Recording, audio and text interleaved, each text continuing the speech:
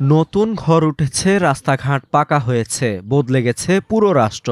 কিন্তু ২০২৪ সালে ১৬ জুলাইয়ের সেই রক্তঝরা বিকেলের পর এই পরিবারের সময় যেন চিরতরে থমকে গেছে। জুলাই গণ অভ্যুত্থানের প্রথম শহীদ আবু সাঈদের বিদায়ের ২ বছর পরও কাটেনি তার বাবা মায়ের বুক ফাটা আর্তনাদ। বাড়ির ঠিক পাশেই চিরনিদ্রায় শায়িত শহীদ আবু সাঈদ। যেখানে তার বৃদ্ধ বাবার কবর হওয়ার কথা ছিল, সেখানে প্রতিদিন ছেলের কবরের পাশে বসে নিভৃতে চোখের জল ফেলেন। ২ বছর পেরিয়ে গেলেও একমাত্র আক্ষেপ, ছেলে হত্যার বিচার নিজের চোখে দেখে যেতে পারবেন কিনা। ওই বিচার আমার মনোনীত নয়। তা যাই হোক, যেটাই করছে সরকার, ওটাই দূরত্ব কার্যকর করা হোক। সরকারকে আমাকে এটা গুরুত্বই দেয় না, মনে হয় বিচার হওয়াই নাই। এখন ২-৩ মাস অবশ্য রায় প্রকাশ করছে, এখন পর্যন্ত কোনো বিচারের প্রক্রিয়া দেখা যাচ্ছে না। তাছাড়া আমি বৃদ্ধ মানুষ, আমি যেন বাঁচি থাকার এই বিচারটা কার্যকর করা দেখে যেন আমি মরে যেতে পারি, এই আশা, এই দাবি আমার সরকারের কাছে। ঘরের ভেতরের দৃশ্যপট যেন আরও বেশি বেদনার। অভাবের সংসারে ৯ ভাই বোনের মধ্যে বিসিএস ক্যাডার হওয়ার স্বপ্ন দেখেছিলেন আবু সাঈদ। তার রেখে যাওয়া জামা কাপড়গুলোই এখন মায়ের বেঁচে থাকার অবলম্বন। ছেলের কথা মনে পড়লেই সেগুলো বুকে জড়িয়ে ধরে এখনও কেঁদে ওঠেন মা মনোয়ারা বেগম।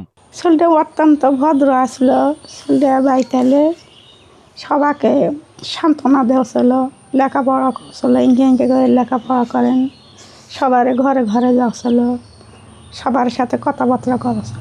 ২০২৫ সালের ১৬ জুলাই বেগম রোকেয়া বিশ্ববিদ্যালয়ে ঘটা করে আবু সাঈদের নামে বিভিন্ন ভিত্তিপ্রস্তর স্থাপন করা হলেও আজও তা ফলকের মধ্যেই সীমাবদ্ধ। ১,০৯০ কোটি টাকার মেঘা প্রকল্পটি এখনও ঝুলে আছে অনুমোদনের অপেক্ষায়। এদিকে আবু সাঈদের স্মৃতিকে স্মরণ করে তার প্রতিবেশী ও সহযোদ্ধারা। তো আমরা ওকে নিয়ে অনেক স্বপ্ন ছিল যে একজন বড় অফিসার হবে, পরিবারের হাল ধরবে, এলাকার মানুষ, এলাকার মধ্যে পরিবারের মুখ উজ্জ্বল করবে, এরকম একটা স্বপ্ন ছিল।